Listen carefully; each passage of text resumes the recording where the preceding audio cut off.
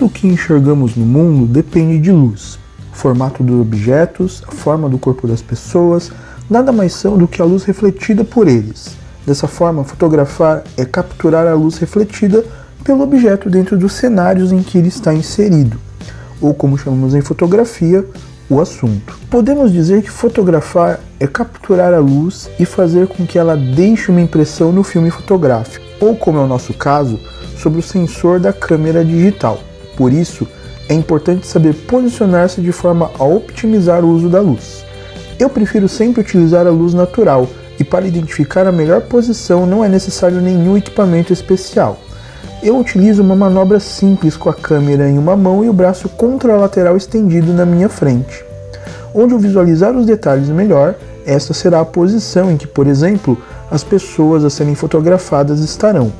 É claro que existem momentos em que queremos que a luz incida sobre o sensor na nossa lente, como nos casos em que queremos a imagem de uma silhueta.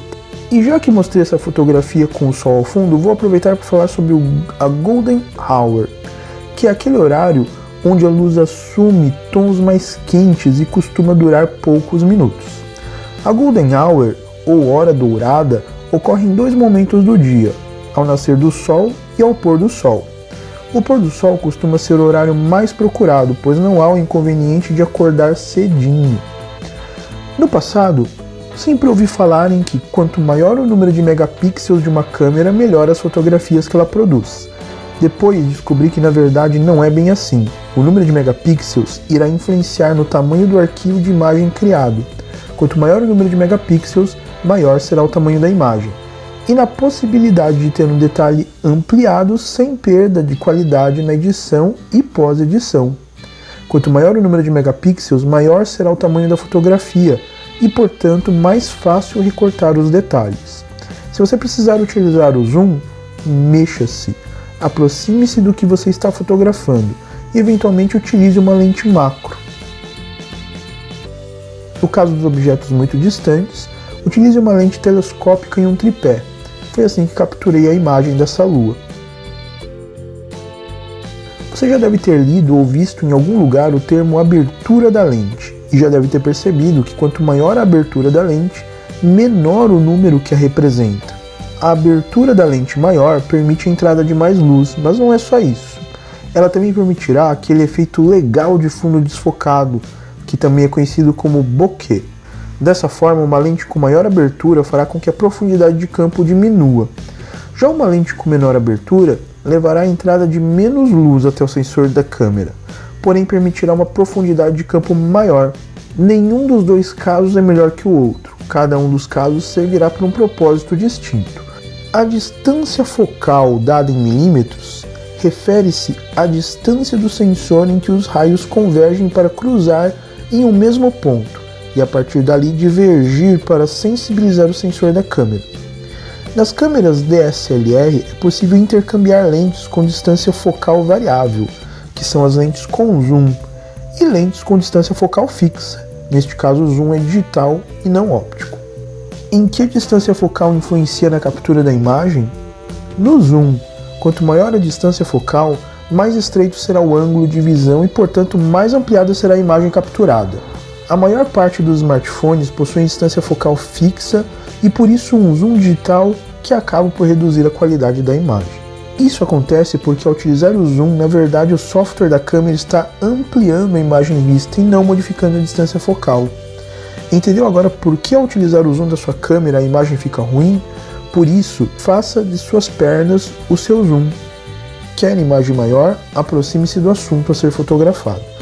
O termo ISO, ou International Standard Organization, passou a ser amplamente utilizado no lugar do termo ASA, que significa American Standard Association, e refere-se à sensibilidade do filme fotográfico ou do sensor das câmeras digitais à luz. Nos filmes fotográficos, a sensibilidade à luz é determinada pelo tamanho dos grãos dos sais. Quanto maior esses sais nos filmes, mais sensível à luz o filme será. Porém, mais granuladas as fotografias, as imagens nas fotografias. No caso dos smartphones, ruído eletrônico provocado por indução. Você já deve, a essa altura, ter percebido que se um ISO maior determina uma imagem mais granulada, devemos utilizar o menor valor possível do ISO, e você está correto.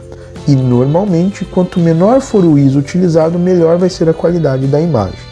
Em algumas situações, como as de baixa luminosidade, podemos utilizar um ISO mais alto para não perdermos a chance de capturar uma imagem importante, como um flagrante, por exemplo.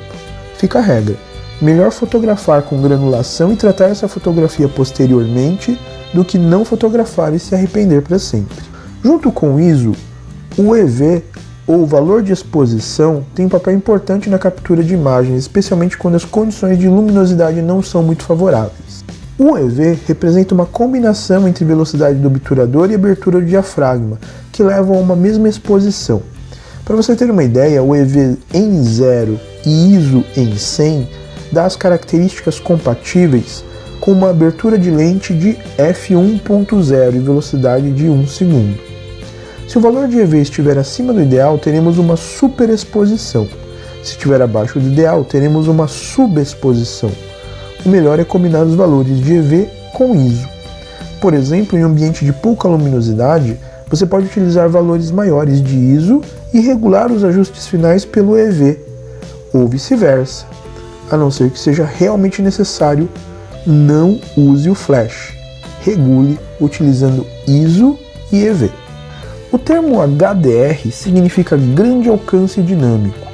O objetivo do modo HDR é processar as imagens de forma que o que está oculto em um ambiente mais escuro torne-se visível e o que está em um ambiente superiluminado não apareça superexposto.